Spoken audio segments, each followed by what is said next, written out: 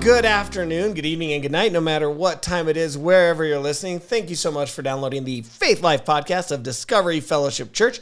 I am your host, Pastor Nathan, and here, not with my normal co-host, Pastor Matt, but instead, again, we have the lovely Alexis Webb, my beautiful wife, joining us on the podcast. Hello, Lex. Hey, guys. How's it going? So, as always, if you haven't done so already, please take a minute. Leave us a 5-star review on Apple Podcasts, Spotify, or wherever you have downloaded this. And if you've watched us on YouTube, now that we're on the YouTube podcast feed, especially, leave us a comment or a like there. Let us know that you watched us on that. Now, as we jump in today, as you've seen already, Matt is gone. He's on vacation right now, but I'm joined, as we showed, with my beautiful wife, Alexis. Thanks. I'm just going to keep on going back to you. I don't know. So, Lex, how are you doing today? It's been a long week, right? I'm good. It's been a long week. I've gotten quite a bit of work done, which always feels good and accomplished. And yeah, relationally and emotionally an interesting and long week, but I think that'll feed perfectly into what we're talking about today. So glad to be here. Awesome. Well, before we jump into our main topic, we're going to go into our news again. Just as a reminder, this is episode 44 of the Faith Life podcast. We've made it 44 episodes, which I think is really exciting. Yeah. Cool. As a reminder, we do have a special guest coming up on episode 50. We're still working out. I think we've got all the final details kind of set. Just getting a couple little things. I guess those are still details. But we'll let you know who that special guest is so that you can write in with questions that you might have for him. The email address for that will be podcast@dfchurch.com. Again, you can email podcast@dfchurch.com with all your questions, thoughts, anything you'd like to let us know. But as we jump in, all right, a couple things in the news, Alexis. Did you hear about this roller coaster in, where was that roller coaster? It's called the Fury 325. And it was on the news last week because just somebody who was watching it, and they were like filming their kid on there. One of the support beams like cracked while they were watching people go on the roller coaster, and it was like swaying. I think I did read that, but I also got caught on Fury 325. That's what you call me in the morning when I haven't had my coffee yet. Fury 325. Let's go. Yeah, no, I think funny. I did read about that. And then what was the other one? There's been a couple roller Silver coasters. Dollar City. Oh, they had something else? Last month where they didn't, they had several safety inspections not pass or something with that. Fact check me on that. Not 100%, but something happened at Silver Dollar. Okay, well, this is in Charlotte, North Carolina, where this roller coaster, it's a very fast, very high roller coaster, and you can see one of the support beams is just like cracked and moving in the video. I don't know if you've seen that video, but it's terrifying. I mean, it's a fast way to meet Jesus, right? I did see this other video, maybe because I was watching videos about this, and this was actually, I guess, from like 2017, so it's not recent, but it was a fair, like some county fair. And it was this big ride that's like spinning, you know? Yeah. And it was spinning people while it like did a pendulum. So they were spinning like on a wheel while it did like a pendulum and it started to kind of break off. And a huge chunk of it flew off with people on it. So there's like a whole... I think somebody died on that one. Oh, that's not good. There's a whole set of videos though. You can get stuck on TikTok of all like the carnival fair type rides that just fail. It's actually pretty horrifying. I think the moral of the story is we don't go on carnival rides. Like even amusement parks though. Yeah. It seems like maybe we don't. That's just not. I don't know. Not where I'd like to go. Well, even Disney, Thunder Mountain, and I think it was early 2000s, and of course it's been revamped since this incident occurred. But even your really big theme parks, gotta be careful. It's a risk every time. Well, the other news thing that I wanted to look at today, because amusement parks being just terrible is just terrifying anyway. The other thing I wanted to talk about, this interests me, I guess, a lot. 2 AI pieces of news. Of course. So the first one is that OpenAI is making GPT-4 generally available. Okay. Now, that means the newest one that you currently have to pay for, they're opening up some of the access to that, probably because 5 is on its way. Even that fast. And is this the one you want? This is the one we wanted sponsors for. And so if we don't have sponsors for it, that's okay, maybe, if it becomes open to the point that we can use it. So that one was brand new. I'm still investigating what that's going to look like. But it's going to be hopefully something we can use. But conversely, here's the other news story about AI. For the first time, ChatGPT is losing users. Really? Yeah. Traffic fell 9.7% in June. Now, this is what's interesting. It's not booming anymore. Is it because of like inaccuracy? So here's one of the things that people are saying maybe. Okay. Summer vacation. So they don't need to use a robot to write their essays and stuff.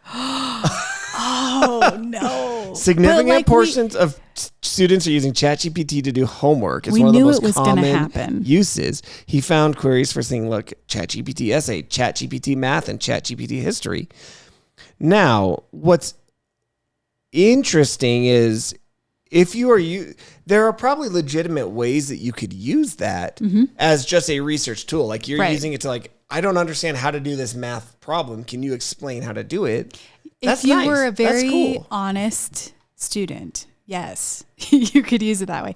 You know, the biggest thing we had an issue with in school, I mean, I can't imagine being a student nowadays and having available to you what you have. The teachers could tell if you used Spark Notes. Oh, really? For like English or like essays. They could, I don't know how they knew. How could they tell? But this is so much more than that. Like, I mean, can they tell when something's been run through AI? Yes. Okay. So they have made ways to give it like a digital footprint. Yeah. So that you can look and figure out. But what's really funny is that it's like an arms race, because what happens is they've built tools that can detect that AI. So then other AI creators create a tool that you can then take it, run it through it a second time, and it'll rewrite it, but be less detectable to AI detectors. So other AI creators or AI can just fight back. AI will. So last thing I'll say then, I don't know if we've mentioned this. This was the craziest story. It was on ChatGPT 4. And one of the things that you can do with this newer iteration is you can give it a bigger task and say, just go do that. And it will start prompting itself until it can figure out how to do what you've asked it to do. So it can start like running in the background as like an agent until it gets done. Now, this is where it gets crazy. It's so scary. They were having it do something where it needed to get to a website, and the website did one of those like confirm you're not a robot thing, and that thing stopped it. It couldn't get past that. The AI couldn't. The AI couldn't. Huh. So what it did instead is it went onto a website, I think it was called TaskRabbit, where you can hire humans to do little things that you need them to do. Oh, I've heard of TaskRabbit. Yeah. So it went out on its own, hired a person to go do that check for it so that it could get past that part of the website. And the person asked them, wait, are you like an AI or something? And it said, no, I just have poor vision, so I need help doing this part. so it knows how to lie. How is this good? How is that not the coolest thing ever? Can I tell them my thing about AI? What's your thing about AI? Okay, I've said it a couple times on the podcast before. I will share it again. I have a theory. It's not really a theory. I just think God created us in his image, and we in turn, in a roundabout way, created AI in our image, and it's just fun to laugh at how dumb AI is most of the time. Whenever you use that analogy, Alexis, I think of the movie Clerks 2. I know you do. Not necessarily an appropriate movie. I'm not condoning you go watch that movie, although you can. 100% don't watch it. But there's this character who's like a super nerdy kid, and he's like, it's Transformers, isn't it? Yeah, it's Transformers. He's like, God created man in his image, and man created Transformers, so Transformers are a gift from God. There you go. Oh, goodness. It's funny. Well, with that. So, yeah, we created AI in our image, and it's going really well.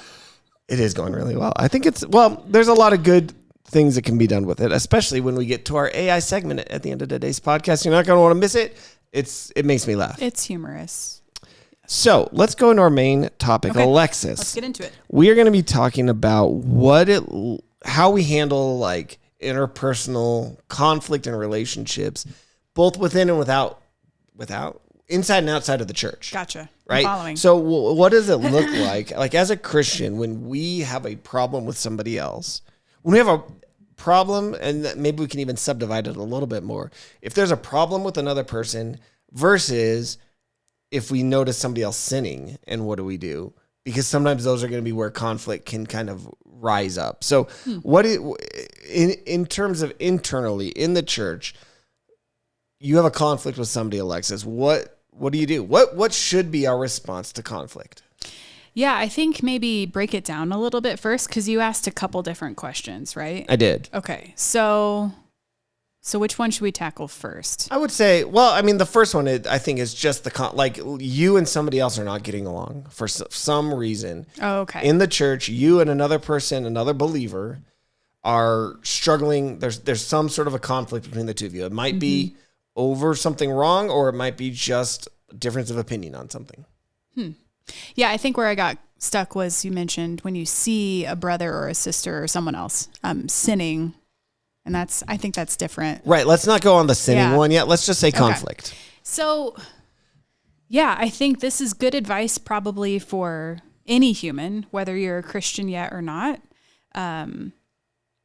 Take it directly to the person. And it's really easy to say that, but I've been challenged in my life, lately, with that. You can know the right thing to do, but then actually putting it into practice can be a lot harder. And I think it stems from a deeper issue with probably just our culture in general, where we just want to keep things nice and neat and tidy, and not have to say hard things. Right. Not have to go very deep in our relationships. I think there's also an element of, if we keep things surfacey, there will never be conflict. Interesting. So yeah, if we have an issue, ideally, we don't always get it right. Praise Jesus, he corrects us lovingly as a good father does, but we should take that issue directly to them. And the added part to that, Nathan, is quickly. Don't let things sit assuming it'll work itself out. These are life lessons that I've gone through recently that I'm sharing from my heart and experience. Well, and I think part of it is, and maybe this is why I was thinking of like the sin issue component, because I think what you're saying, like if there's conflict between you and somebody else, go to that person, go to them quickly, because if you don't, what tends to happen will be gossip. If you go to other people about that conflict, now it's become gossip, which now is a sin issue, or it's become bitterness and unforgiveness, which is also now a sin issue. And so something that started out as a non-sin issue, just a difference or a conflict, has now become something much worse because it wasn't handled properly to begin with. Yeah.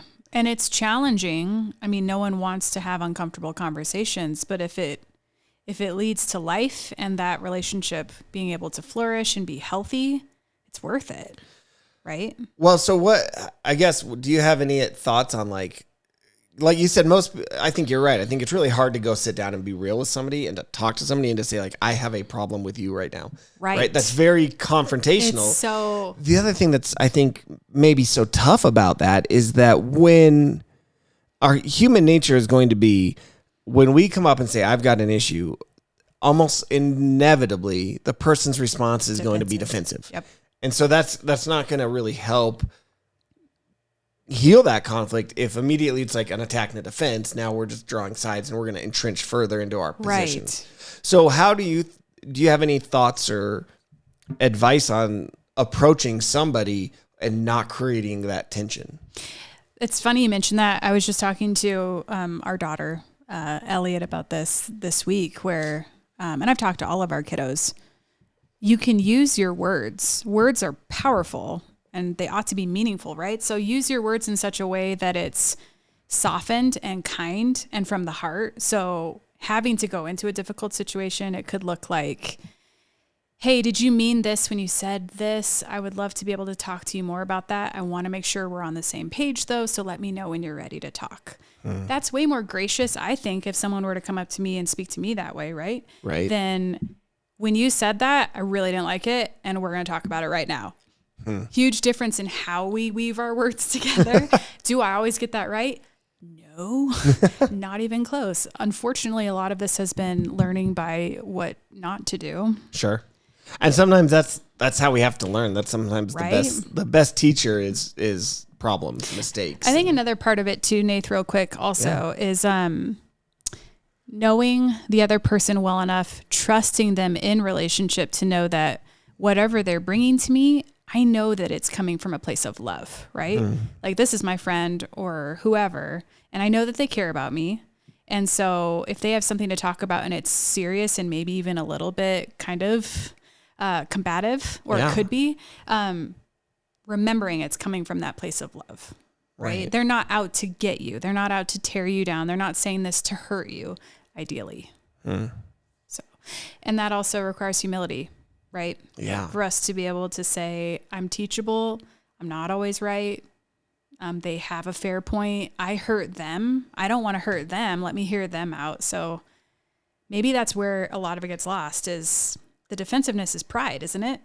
Yeah, I was going to say, I think part of the problem, and I think part of what is so important to remember, and that definitely is a struggle for a lot of us, will be pride. Because pride says, I don't deserve to be wronged. I'm always in the right. It's fine what I've done. Like, it's elevating ourselves above what we deserve, as opposed to humility, which says, maybe I am wrong, or maybe something... maybe I didn't do this how I should have done it. And like humbling yourself or lowering yourself, even when it's not deserved, is, as a Christian, what we're supposed to do. Yep. Like, Jesus says, when somebody hits you on one cheek, turn and give them the other. It's like, it's not even that we are called to have like humility that's like expected, but it's like humility that's beyond what's expected. Mm-hmm. So even when you are in the right, maybe stepping back and being like, but let me consider the other person. And that's like inherent in the definition of humility, right? Like considering the needs of others above your own or above yourself. Right. And our culture is so twisted, Nath, like so backwards, to where when you encounter a humble person, like truly humble, like considering the needs of others before themselves, we think of them as, well, they just don't have a lot of self-confidence, do they? It's like, well, no, they're just humble, and maybe we're not used to seeing that. Like, maybe humility is something we're not. It's just an observation, I guess. But that's kind of funny. So then let's say that's what happens. Let's say you're in a position when you've got this conflict, you go to the other person. I think the other thing to say right away is go to God with it, right? Like take some time to pray and bring that confidence that, God, I'm struggling with this right now. Like, help me. So here's a question. Do you think it's ever appropriate to then, in that situation, seek outside counsel as well for advice? Like, let's say, me and let's just say Pastor Matt, because he's not here. And let's say me and Pastor Matt are having some sort of a big, crazy conflict. And I'm just like so steamed at him. Okay. If I were to go to somebody who maybe doesn't know Matt, maybe somebody I respect their opinion, be like, I need advice on this. Like, how do I handle this situation with my coworker? Mm-hmm. Is that acceptable? Or is that verge into like gossiping because now I'm talking about the situation with a third party? I think there are probably safeguards you can put in place where you keep that person's identity very like third party, like saying a coworker or a friend instead of like naming the person.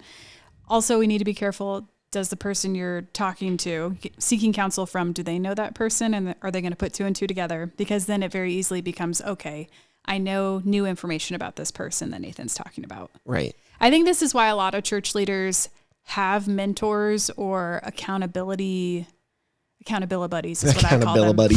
I like that. I think that's why a lot of them have that outside of their local church body, because it's kind of this unaffiliated, neutral, objective, neutral person they can go to, because we all have issues. Right. Conflict is inevitable. Yes. It is inevitable if you are working, breathing, praying, living this life out aside other human beings. We will, rub against each other in a way that sometimes it's rough, right? Like I think of that verse that talks about how we sharpen one another. I mean, I picture that as not necessarily comfortable. Right. Right?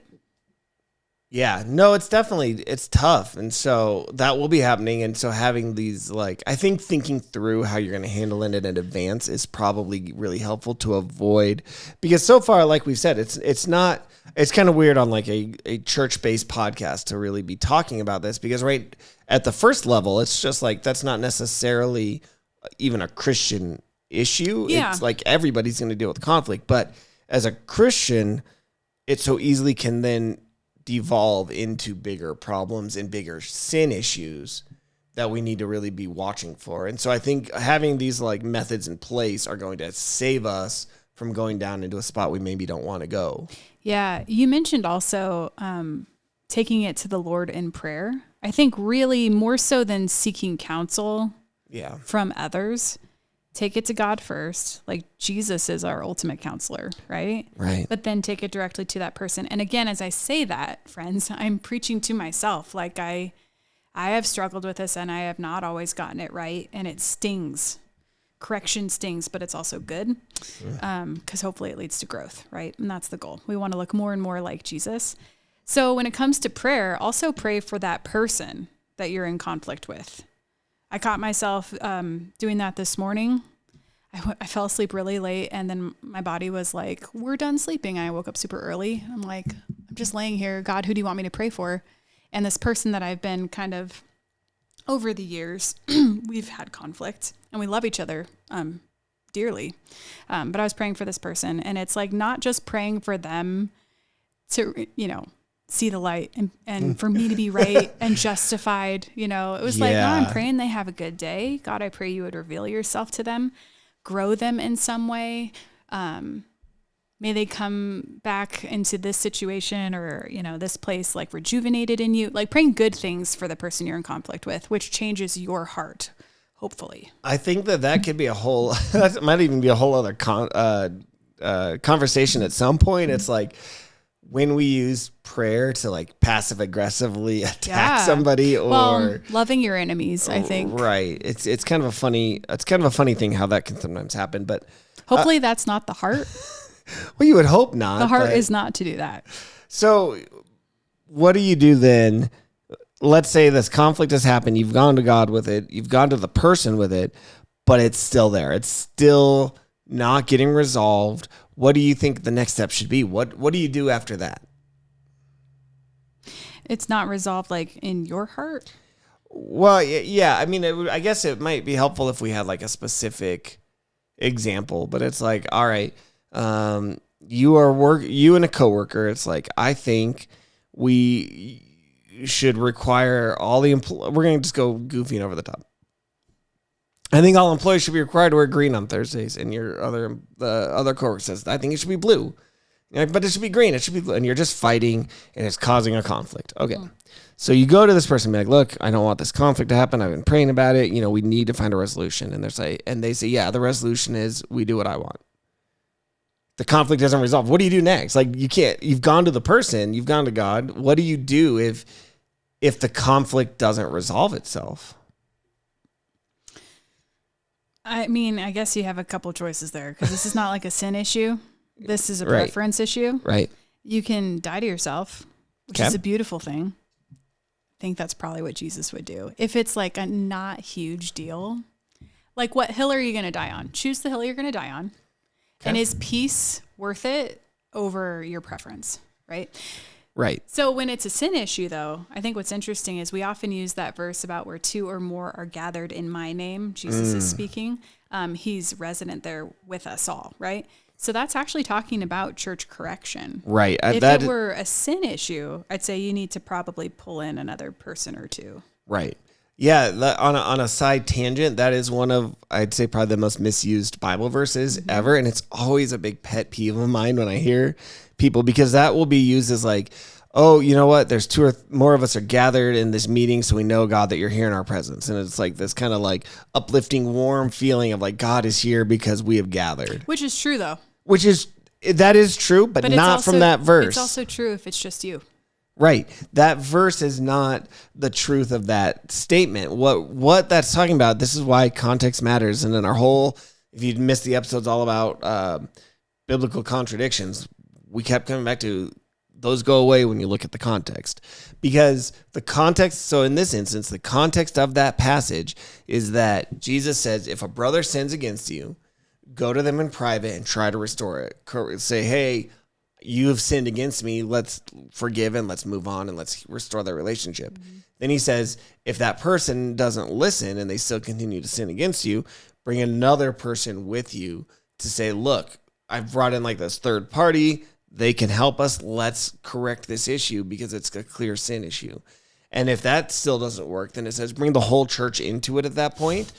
And if they're still not listening, if this person is just willfully sinning, then they are not to be at your church anymore. Like they need to be asked to leave and then Jesus concludes by saying, you as a gathered body, when you are gathering in this way and passing judgment in this way, it's as if I were doing it. So where 2 or 3 of you are doing this, it's as if I was there doing that, giving that judgment. That's the context of that verse, which is a very different context. That makes it way more powerful when you phrase it that way. Right. And that's such a different feeling that we normally get from that verse. And, it's such a weird thing, like church discipline. I know this isn't really the topic, but it's something that it almost feels like it doesn't really happen in a biblical sense now than it used to. And we see throughout Paul's letters, he'll talk about like, and I've handed this person over to Satan. And it's like they were asked to leave the church because they were knowingly sinning and they didn't care. And so Paul would have to say, then sorry. And that like being asked to leave the church is equated for Paul with being handed over to Satan. Like that is a punishment, not being in the connective protection of the church. The idea is if you are removed from that, it's going to lead you to repentance to come back. So if we were to ask somebody to leave our church now, does that such a harsh and difficult thing that they are that makes them really be like, I've got to repent because I can't be away from that group? Yeah. I don't know if we have that now. There's actually so much to that because first there's a church down the street. You get booted out of one, you can just attend another one. Exactly. Secondly, do you love the local church so much? Need that connection, that encouragement, that equipping, the gathering of the saints? Do you need that so much in your life that you feel that way? Right. Like today's cultural Christian, would they feel that way? Yeah.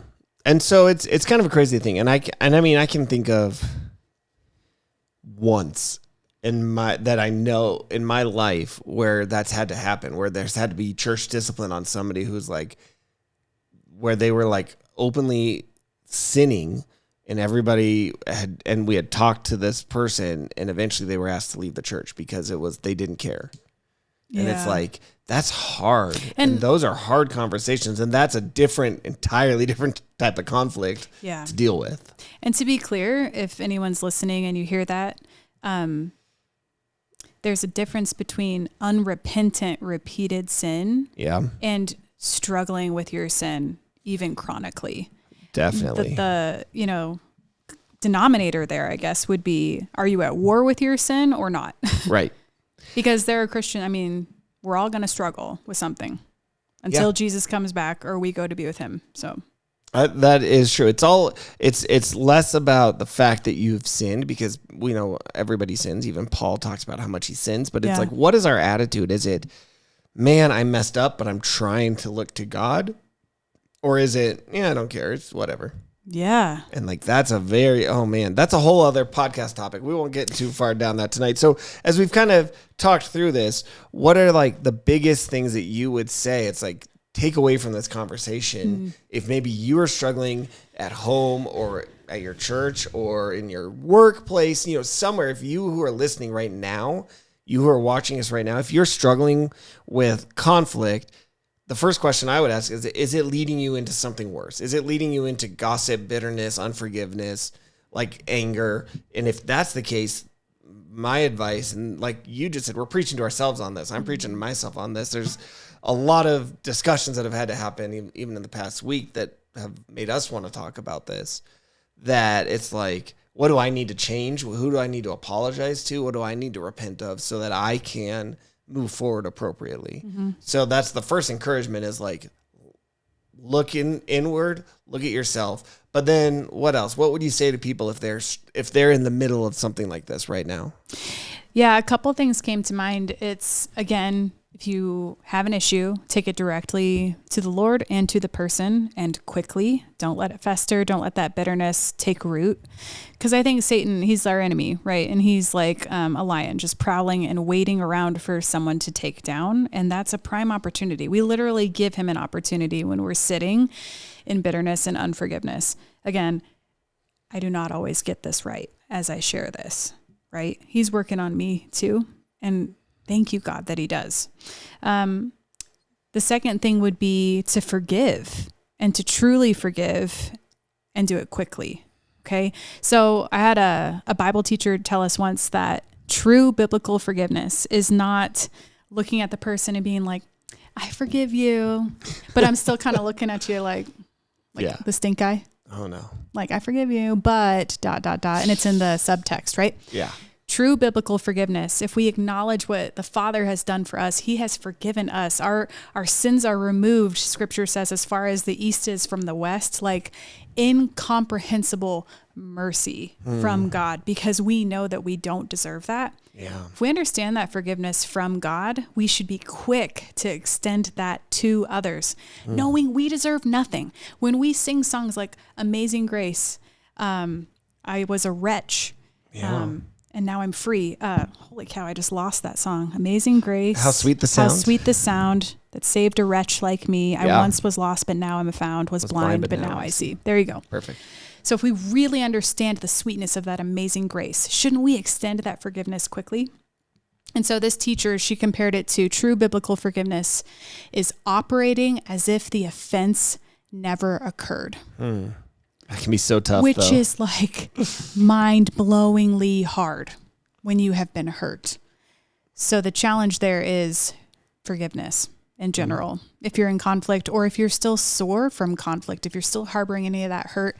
And then my second and last encouragement would be, as you've listened to this podcast today, I'm sure someone has come to mind. Immediately when we bring up this topic, right? Like if you're in conflict with someone, or maybe you're thinking back, okay, like 10 years ago, I had that horrible fight with so-and-so. If someone has come to mind for you today, for me today, go and make it right. Do it quickly. Go straight to that person from a place of love, not pride. Like, oh, I'm going to correct them. Like, ain't nobody got time for that. Like, that's not us. We're not doing that. From a place of love, forgive them, forgive quickly. Season your words with grace, because again, it's coming from that place of love, right?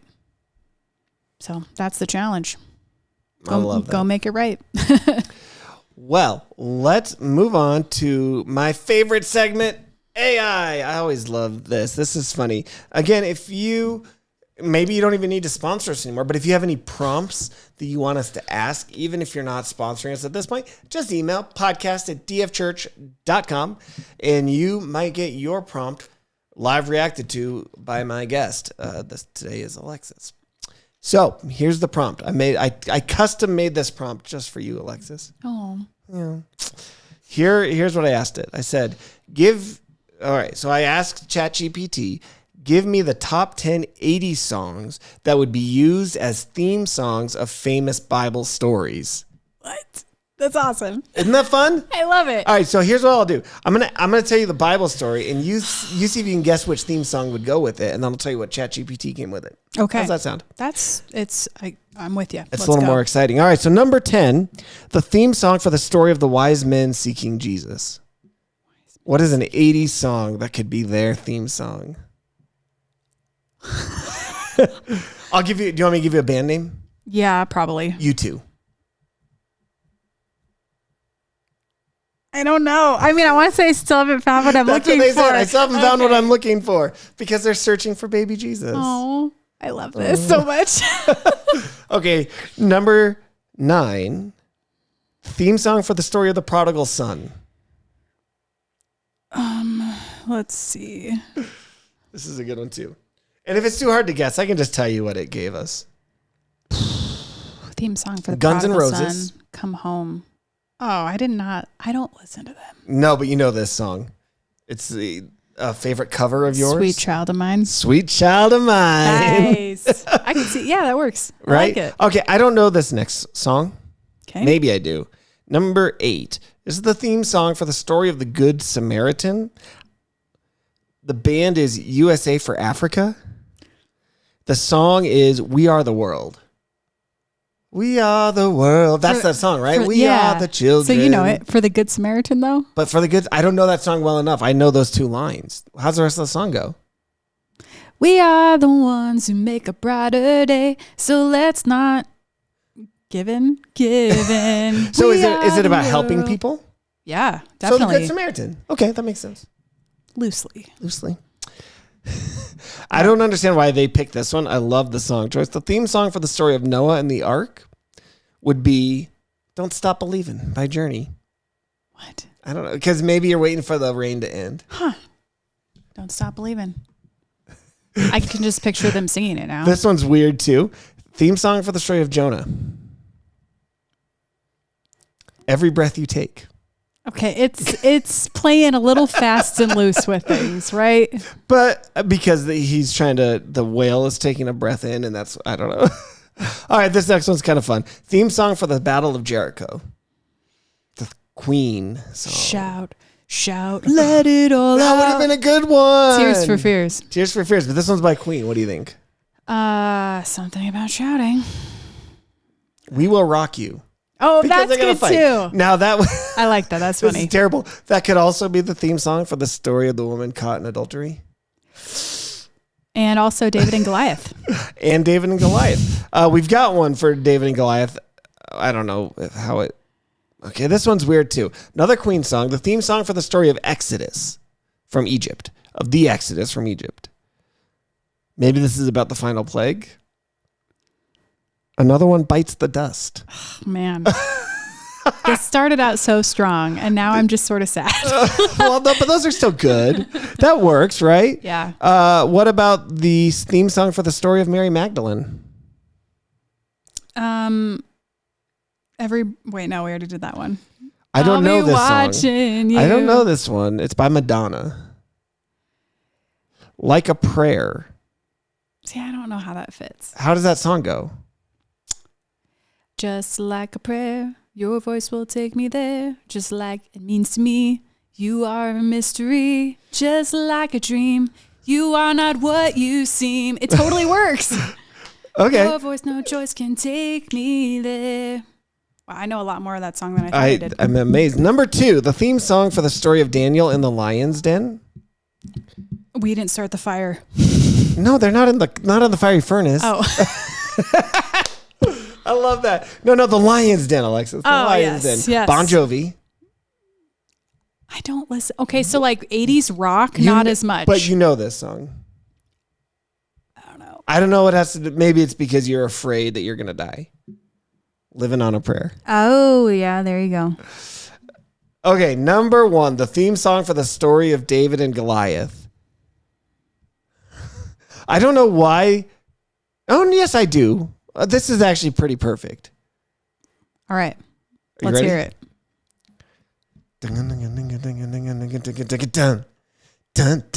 yeah. Eye of the Tiger by Survivor as the theme song for the story of David and Goliath. It's the eye of the tiger. It's the thrill of the fight. Yeah. Rising up to the challenge of our rival. And the last known survivor stalks his prey in the night. And he's watching us all with the eye.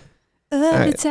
So those are your 80s songs. If you wanted an 80s soundtrack to the Bible, those are the songs you would use. Man, I'm listening to the wrong 80s music. Let's wrap it up with a couple emails that came in. Again, you too can email podcast@dfchurch.com to have your email read right here on the podcast. The question is, how do we measure a contrite spirit or humility in ourselves and others? Moses was the most humble man, but he wrote it. So was he not prideful?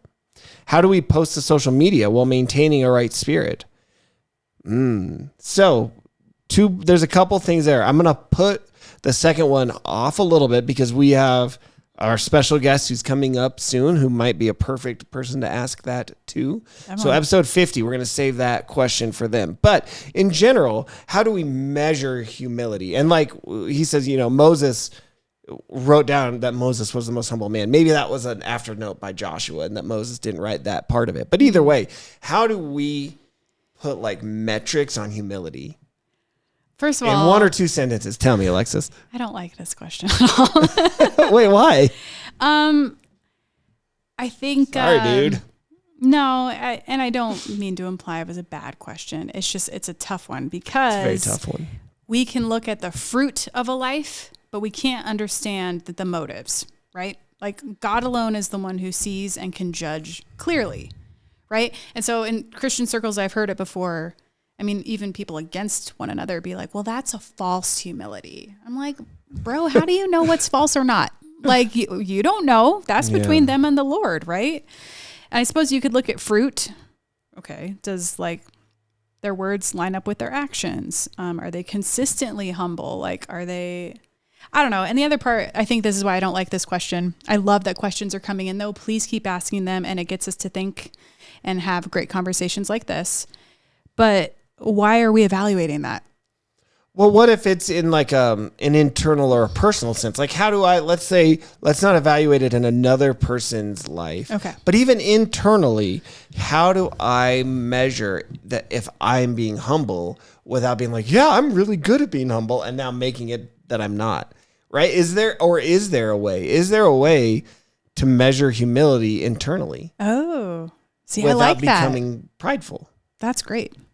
Just how you can turn the question. That's great. There we go. But is there an answer? Again, it's between you and God. Are you teachable? Are you willing to receive correction? Do you acknowledge that you're not always right? You don't always have the answer. You're not always awesome. I think that's probably a pretty again, considering the needs of others above yourself. Do you do that? That would be a great biblical way to see if you're acting in humility. Well, I think that is about all the time we have for it. Oh, wait. Can I do a quick shout out real quick? We're going to do a quick shout out real quick. Back to you, Alexis. Okay. Quick shout out to our producer for today, Tucker Smith, who is here helping out with the podcast. He's been in here a couple of times now. And I just want to let you know, we are thankful for you. We love you. Thank you for taking your time to be here. That matters. So we appreciate you. It's true. Tucker, you are awesome. Thank you again for helping us out today. You are a rock star. And you know what? You are going to be leaving us in August, and we're going to miss you. So I'm trying not to think about it. I know. We're going to there's an asterisk next to that. He might be leaving in August. Maybe it'll get delayed. Fingers crossed. But you know what? We actually are going to have a chance in a few weeks to have Tucker on the episode as well as a special guest. So look forward to that. Although, does that mean, are you going to be our producer that day, Alexis? Yeah. Sweet. We should actually probably, so that when he leaves, if you want to help us fill in as a producer as well, that would be really helpful too. Yeah, this is different than it has to be. And now that we've added video. All right. Well, that's all the time we have for you today. But again, please take a minute, leave us a review. This really helps other people who maybe haven't found the podcast yet. It helps them to find it. And email us at podcast@dfchurch.com with all your questions, concerns, or comments. And we will see you next week. Bye, guys.